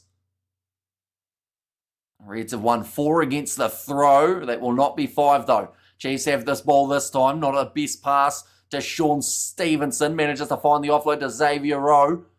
Cross to Jacobson. And just woke up, says Fleshin. Now Tolkiaho.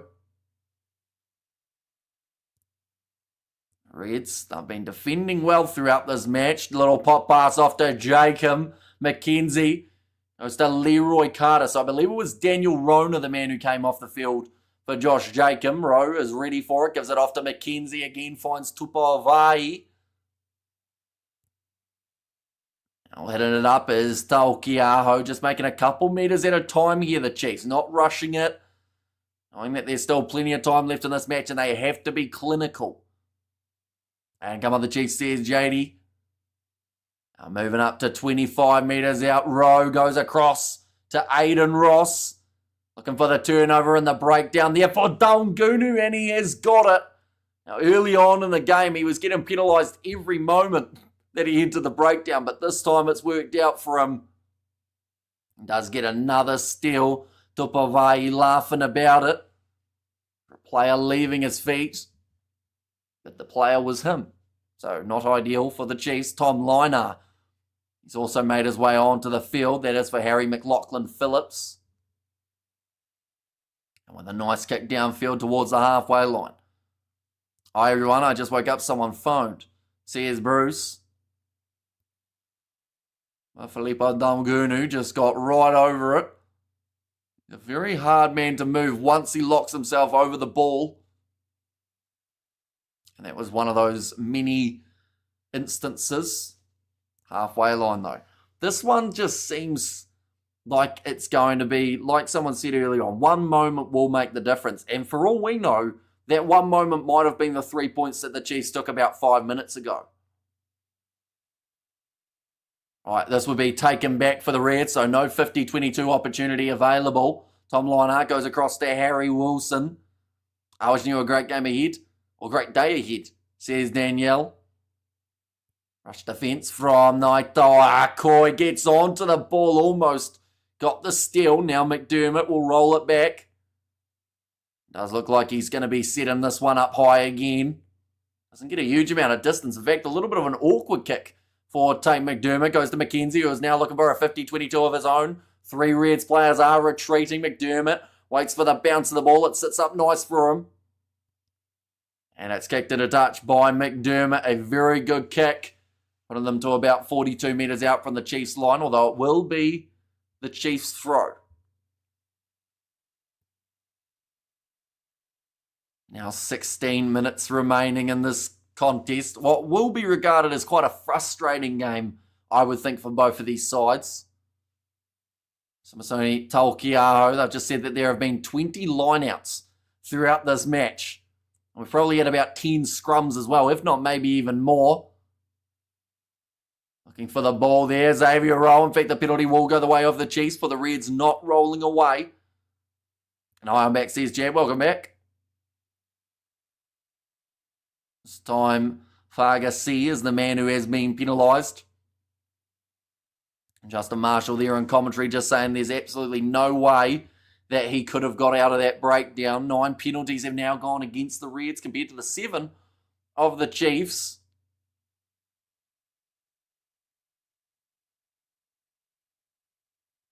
Like they've just said, can't roll out of there. But sitting there 25 metres out. When did this game end? We've still got another 15 minutes remaining. Do you like rugby or cricket more? They're very different, so I like both of them, I think, equally. We do a lot more streaming for rugby on the channel, but I do play cricket in real life. Now Rowe, going off to the left-hand side here. Chance for Samapeni Fee now. The Chiefs on hot attack. 10 metres out from line. Oh, Jacobson's joined from in front of that breakdown. Got very lucky that Samisoni Taukei'aho went again, or else he would have found himself with a bit of obstruction. 27 lineouts thus far, says Albert. 16 scrums. So, yeah, certainly plenty of numbers in terms of that set piece. Got a new job at the factory making chess sets.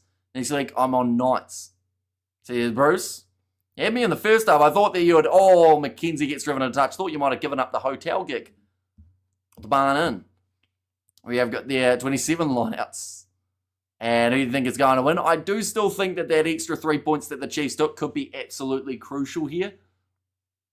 They're going to find themselves only about 5 metres out from the line. Mackenzie wasn't a mile away from getting that ball down, but Jeremiah Murray at 15 did perfectly to push him out. And keep it up, Bruce. You'll soon get a king, says Danielle. 5 metres out from the line now. Line out for Richie Asiata, and it's slapped away by the Chiefs, who will pick it up with Simon Parker. 5 metres out from the line. Xavier Rowe goes off to Tupavai. I think it's probably not even harsh to say that both sides have looked better when they've stolen momentum from the other team in a set piece. But now only a couple metres out from the line. Jacobson's going to be held up. Yes, it is. I think the Chiefs are trying to argue he wasn't over the line. But Nick Berry says yes, he was. And that is some brilliant defence from the Reds again. I did recommend under 43.5. So that might have been a genius call, says David.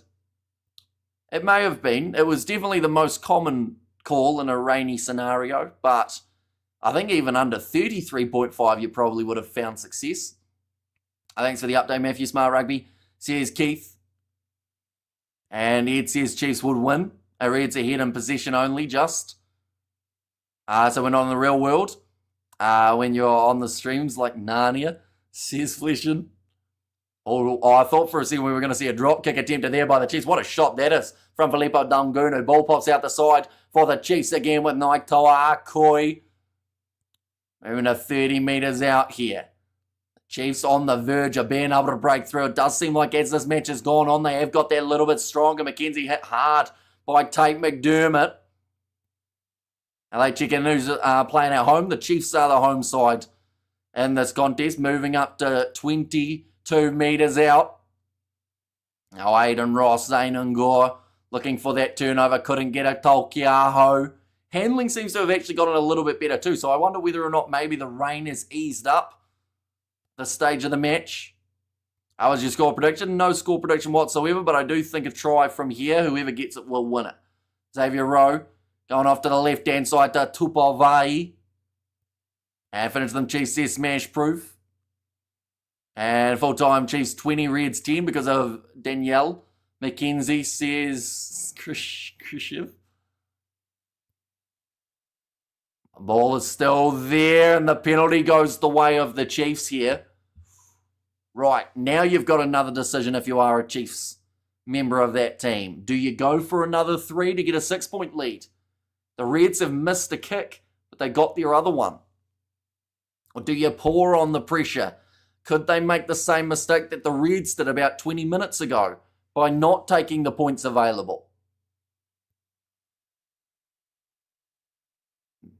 They're going to kick it for the corner here. I think they've just said there that Mackenzie would have felt comfortable kicking it over, but the Chiefs don't feel comfortable with just the 6-point lead. They would much rather put it all the way to 10. Instead, says Bolo, and 17 penalties thus far, says Albert. So yeah, like a classic wet weather ugly game, I think is the best way of describing it. Sometimes like you can get an absolute thriller in the wet conditions. Other times you get a bit of a, I don't want to say a letdown because that sounds bad, but, you know, sometimes you don't get as entertaining of a contest in the rain. Big rolling ball here for the Chiefs. Starting to move forward. They've got the penalty advantage as well. Taukiaho is over, and the Chiefs reap the rewards of the risk. And Taukiaho will score it. 70 minutes in. Could be the difference. Now making the score 18 points to 10, which does mean that the Chiefs, no matter what, would have to concede 2 forms of points up against the Reds. Now let's go, says not Australia or that, says Shane. And go the Chiefs, says Ilaria. And it was got the tries for both teams. So Luke Jacobson got the first one for the Chiefs. Samazoni Taukiaho got the second. And then the try was scored by Joe Bryle for the Reds.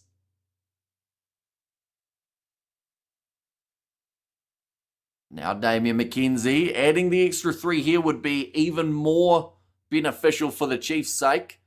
We'll put them ahead by 10 with only less than 10 minutes to go. And I'll bury them with 7, says Mash Proof. Still 8 minutes remaining. Once this kick goes over, McKenzie slots it straight down the middle, making the score 20 points to 10. This is where the Reds really, for them, it is do or die here. Extra 3, says Peter Wild. They did get the extra 2. They had 3 earlier on from Damian McKenzie getting the penalty. But now it means that even with a try and a penalty, the Reds would only be able to get it to golden point. They do pretty much need 2 tries to win from here or to take it into golden point. We've seen them play there before. That was when we saw Pasilio Tossi get himself his try. Rona has gone off for Gideon Rappling. I actually thought he was already off. Maybe it was Narawa that they had taken from the field. And Reds lagging, says Danielle. Chiefs not out of the woods yet. Yeah, it's getting closer, but there's still a wee way to go to be able to win this contest. It's going to be knocked on by the Reds. Oh, Naitoa Koi drops it, but the penalty, in fact, sorry, the scrum will be going the way of the Chiefs. We have got their South Africa's biggest football club are the Chiefs, the biggest following. Says Robert. There's also the Exeter Chiefs, the Kansas City Chiefs, quite a popular name. In fact, there's also the, who are the ones in the NHL? Which Chiefs are they, ladies and gents? Do let me know. I can't think of their location. No, not Arizona. One of them. Now we over there. Red's too tired now. And knocked on even, says Blues Nate, but just showing the live ladder at the moment. It would put the Chiefs up to first place on 26 points. The Reds would get themselves 0 points from this game unless they can get within the 7. No Chiefs in hockey. Isn't there? Who's the team with the Chiefs logo? Oh, is it the Chicago Blackhawks? They're the, yes. Sorry, so Chiefs logo, but not named Chiefs. My bad. I believe Vegemite on his bedside. Says Spider-Mick. They are just showing the next games that are taking place. Quite a few tomorrow. 4 in a row. Moana Pacifica versus the New South Wales Waratahs, Fijian Draw versus Crusaders. And there is Blues versus Hurricanes, followed by Highlanders versus Force. Spokane Chiefs play hockey. And exactly says Judah, and go the Chiefs says red. Says read, I should say. Another penalty advantage in favour of the Chiefs. This is where they're starting to pour it on a little bit more. McKenzie tries to pop it on quickly, but it does travel forward. Now 6 minutes remaining. I don't feel sorry for the clowns who want to camp here for free, says Blues Nate. And out chat on D-Max says SS2. And a very good afternoon, Hamish from Brisbane. How are you, mate? Says James, doing very well. Do you watch the NRL? I do when Super Rugby games aren't overlapping with it. Normally I have to watch them afterwards though, or during the week.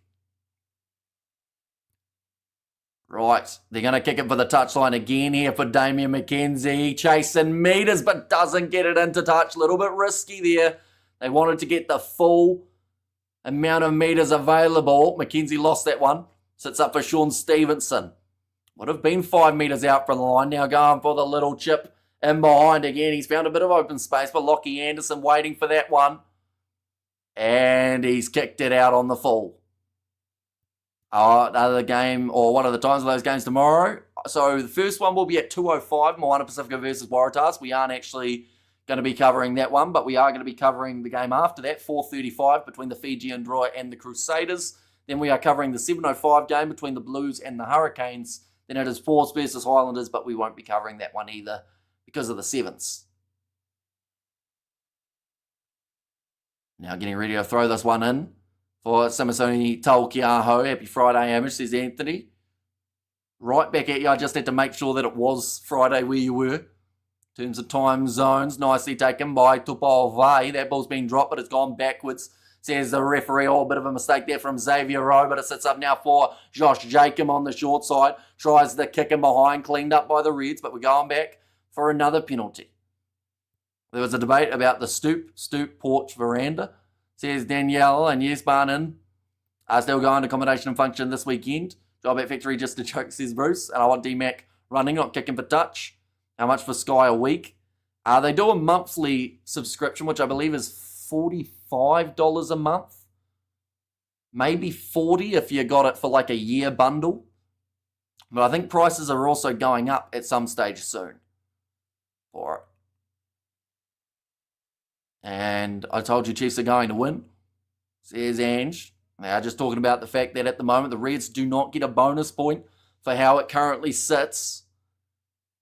Ready to throw this one in will be Samasoni Taukiaho. Nicely claimed by Simon Parker. Goes across to Jacobson. Rowe to Quinn Tupaia. Pop pass from Jacob. Goes up to McKenzie. Showing off his step, but then did end up fumbling the possession. Just seems to be any time that anyone really breaks the line, they just drop it. Depending on how many channels you have, says Spider-Mick. Oh yeah, I was only talking Sky Sport. Now, if you got the whole Sky package, I think it can be up to about 100 a month, 80 a month or something, if you got the movies and everything included too. Bar of Soap, says Thuds Race. Now 3 minutes remaining. Clayton McMillan does look frustrated, but I think he'd be more frustrated if he was 10 down, like Les Kiss. Nicely claimed this time for the Chiefs line out. Going across to Sean Stevenson.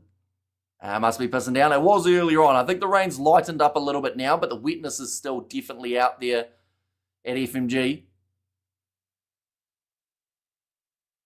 Now only 2.5 minutes remaining. If the Chiefs score now, they will stop any chance of a bonus point coming the way of the Reds. Great shot on Sean Stevenson. Finds the offload to Josh Jacob, who gets to ground.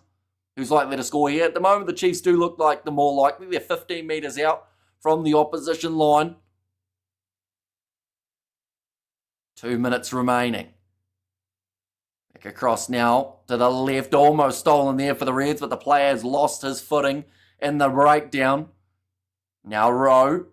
Looking off to the side to Gideon Rappling. That was a big shot on Jacobson, who didn't even have the ball. Now Rappling gets within 3 metres of the try line. Rowe tries to snipe and go himself. He gets it down, and the Chiefs will score it again. And just a drizzle, says Spider-Mick. The Chiefs 1-12. Well, they've just ruined that, unfortunately, because they have just scored with 90 seconds remaining. Leroy Carter very quiet today. Yeah, him and Lockie Anderson. I just don't think it's gone out that wing. And anytime it's gone on the other side to Dalgunu and Amoni Narawa, normally it either stays out there or, honestly, sounds harsh, but they have dropped the ball on that side. When's the 7 starting? Starting tomorrow afternoon, New Zealand time. That'll be early morning for you in South Africa tomorrow. Super Rugby is super predictable rugby, says Spinks. So I assume that's only because the Chiefs have won, the favourites going into this game. But we've seen quite a few upsets along the way already throughout this competition. Moana Pacifica has been extremely unpredictable. Chiefs taking back the top. And now in the woods says Danielle. Azro having a season, totally underrated. He's been pretty decent overall. I think that Cortez Ratama has got a lot of the credit when he comes off the bench. But Rowe has started many games and looked sharp while doing it. He saw the opportunity to snipe around the side there as the Reds weren't quite set in their defence. They've decided to kick it off short, but they can't actually gain anything now from this game other than help their points differential. One more for the bonus, says Blues Nate. That is true.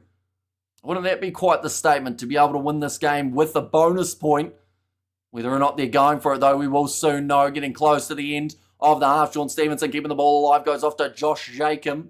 And with the risk coming here from the Chiefs of throwing this ball around, there is a chance. Oh, there's the full-time siren. Rowe dove. And unfortunately, he's just tried to milk a penalty and given the ball straight back to the Reds, which has almost cost the Chiefs a try. So, unfortunately for him there, another advantage going the way of the Reds. If Rowe had just played that one normally rather than diving, this game would have been over and the Chiefs would have secured it. Now, there's a chance that they can get back within that 1-12 for yourself, him. I've got the penalty advantage. Hunter Paisami being quiet today. And mine was a $14 for that Satyrs win. My mate told me in Melbourne. Yeah, they've been huge underdogs. Even their game up against the Hurricanes, they were about $8.50 on. A little chip in behind from Wilson. And the Reds will score. They can thank Xavier Rowe for that one. But it's not going to give them any extra points. It's going to cut down on the points differential and probably get a lot more people paid than the 13 plus. But, yeah. I think all that we've learnt there is Xavier Rowe now knows not to try and milk penalties or else the referee tells you to bugger off. One is the best gift for me, says Chris Jiven. G'day, man. Says Liam, welcome in. Okay, get the kick over, win me some money, says Nov Mum. Isn't it nice seeing all these gamblers together in the same place? And do I even need to watch the highlights now? They have described the match so well. After Nisbo is the bestest. Cheers, says Shane. Thank you very much, mate. Greatly appreciated. Tom Liner now with this kick. And thank you. Red's got 1-12, says him. And Liner misses the kick. So that'll keep the score at 12 points difference, 27 points to 15. The Chiefs victorious at FMG Stadium. Damn tight game. Cheers for the commentary, Hamish. Thanks for another awesome live stream commentary, bro. See you tomorrow. And cheer, Hamish, says Studs Ray. And great victory, great commentary, Hamish, says Danielle. And there too. But nonetheless, I do thank you all very much for tuning in. The full-time score separated by the 12 points. The Chiefs will move to top of the table. The Reds will remain in second, but there is still time. We can see it move around. When do the highlights come on YouTube, Hamish? Normally about an hour afterwards on the Super Rugby YouTube channel. So I would recommend checking that one out. Nonetheless, do thank you all very much for tuning in. We are live tomorrow for Fijian Draw versus Crusaders, as well as Blues versus Hurricanes, and then also the Sevens. Some Champions Cup, Challenge Cup 2 is slotted in there all throughout the weekend. So be sure to stick around. But nonetheless, thank you all very much for tuning in. And I will see you all for the next